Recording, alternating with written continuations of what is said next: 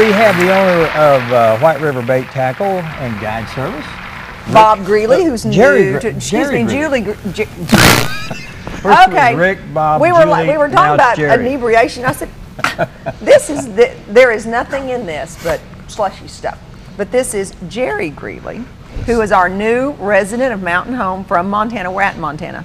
Helena, Montana. Oh, well, that's easy. Everyone knows where Helena is. No, not everybody knows It's, that. it's when you're a little burg. Helena's the know. capital. Oh, I had no idea.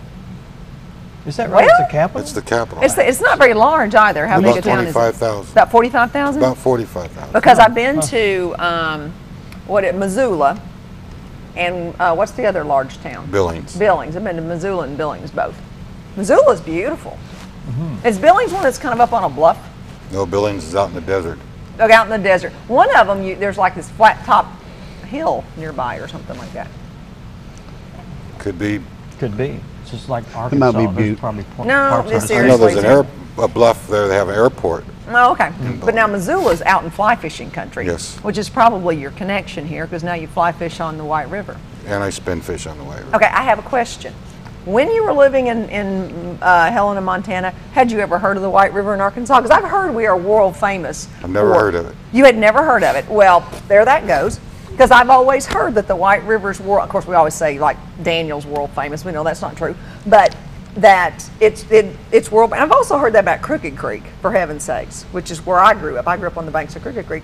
And it's world famous for smallmouth bass. So that's just fishermen I being mean, fishermen. you've heard of the Missouri River, right? I've certainly heard of the Missouri River. Well, the mouth of the Missouri River is in Montana. Yes, I know, and that's the famous, Fly a river fishing. runs through it, is why I associate. But you had never heard of the White River No. before you wound up down here. I drove truck for 30 years. Uh-huh. And I've been all over the country. We've been through here in the truck, and my wife and I decided that we'd quit, sell everything, come down here and relax. But you started a guide service, right? I started a guide service. Now I work twice as hard. Well, Really, see it's your there. own business. You're going to have to work that. And we have a little. Introduce the guy that's next to you This, here. my partner Rick Simpson, and he's does most of the guiding for me. And, Now, Now, what- how long have you been guiding? Well, I was born and raised down in Calico, so Yeah, okay. So Okay. your Early- whole entire life. entire we life. talked about that. You yeah, grew I up used on to. White River. Yeah, when I was a teenager, I'd get up and run traps every morning before school down on the river. So what kind of guide do you do? Let's talk about lake guiding, river guiding. Mainly river guiding. Okay. Right now, we like to push the kayaks and the canoes. We do Oh, some really? overnights. Oh, that's nice. Do you do the longboat guiding? Where John The John boat? John boat. John boat. Longboat, Yeah, we John do boat, that yeah. as well. Yeah. When I've kayaked down the White River, and it's usually nice and peaceful until you get where the Norfolk runs into it, and then all of a sudden it's like all you can do to get And across. it the gets reason I- cold. It gets a little, you don't want to tip over, I know that. the reason I started this is because when I came here, I had people come into our store, families, and the husband would go fishing, and the wife would sit in the camper, and the kid would play around the campground. There was nothing for the wife or kids to do, and I'm a kid person. Okay.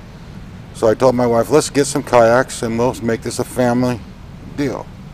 We'll do overnights, we'll try to do church groups and stuff like that. And it's been pretty successful for us. Now, how do you do a guide service with kayaks? Do you go out with them in a Go kayak? out with We them go out if with they them. want it, and it's like overnights and stuff You go- like I that. guess you go down river, pick a camp spot or Yeah, a pick a camping camp spot. spot. We provide all the food.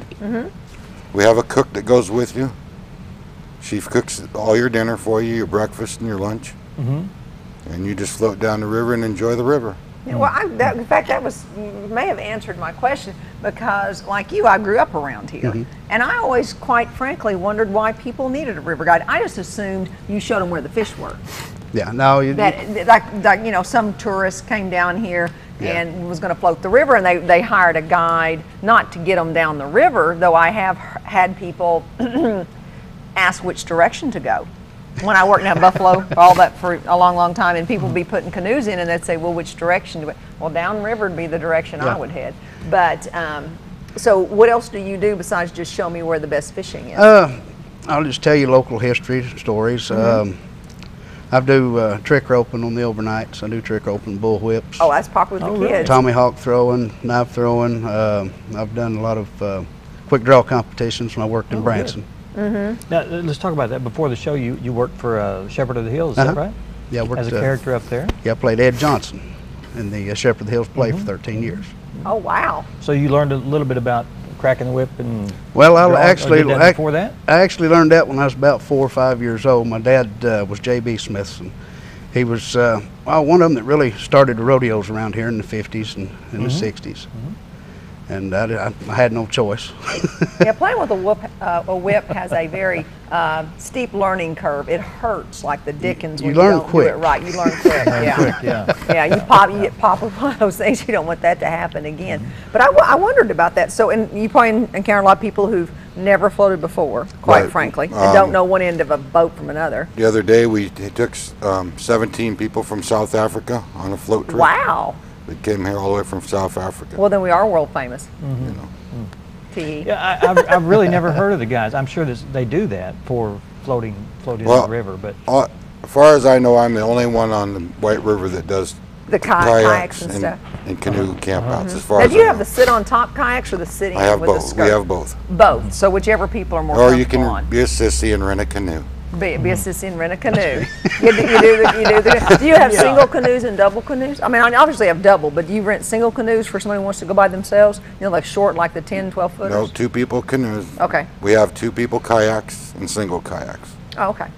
So if you take your husband with you, he can do the paddling and you can rest in the front seat. Usually I paddle in the front and he fishes in the back. That's how it works for the two of us. Yeah.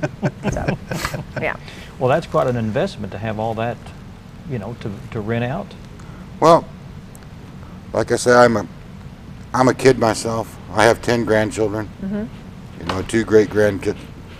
So when they come, they have something to do. And I'm really into the inner city kids, kids that can't get out, can't afford to come on a trip. I make it very cheap for them, so they can see what it's like to be on the river. So organizations out there that has kids that are looking for an escape or recreational, they need to call you. Yes, Absolutely. Yes. Now, where are you located at? 4 miles south of North Fork.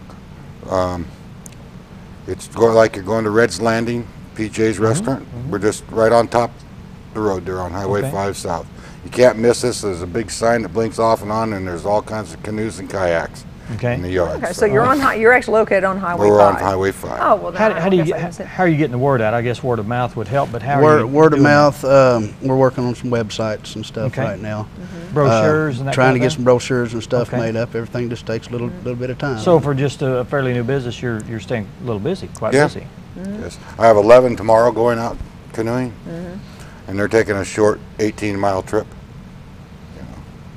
But now, if you go on an overnight, do you supply the sleeping bags, tents, and all that No, kind of stuff? no. You don't. So they have to bring all that themselves. Yes, Right. if I brought the sleeping bags, if I gave you a sleeping bag, I'd have to have them cleaned every time. Every time, that'd be Yeah. too much trouble. Yeah. And my cleaning bill would probably be outrageous. Okay, That's so more like than I a would bag. contact you because you don't want to get some newbie out there that doesn't have a clue, and said we want to go. So during the conversation of reserving it, you would say, okay, ma'am, let me email you a list of things you need to bring with you. Right. Correct. We don't So I furnish. don't bring things I don't need. Well, we don't furnish the sleeping bags, and we don't furnish the tents. Okay. We furnish the meals, and Utensils and yes, whatever you and need that's to one of eat my down the pet trip. peeves. Everybody use paper plates. I don't use paper plates. I use real plates and silverware when on my trip.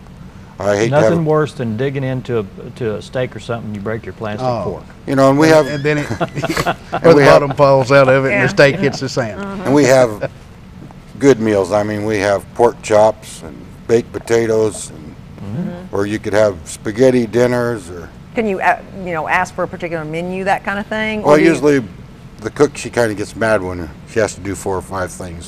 So But someone could say, we want to do, hot dogs over an open fire one night. We want to do, that kind Get of the thing. group together and Get then the they can group decide together, kind of because what they kids, want. all they want is s'mores and hot dogs. Yeah. Anything else on a camp out is completely That's all I irrelevant want. to them. well, on our lunch, she fixes a bag lunch, and you get 2 sandwiches, soda, chips, fruit, so because you're going to eat that on the river as you're floating. But dinner time comes, you might be able to walk up there. She might have barbecued pork chops or something like that.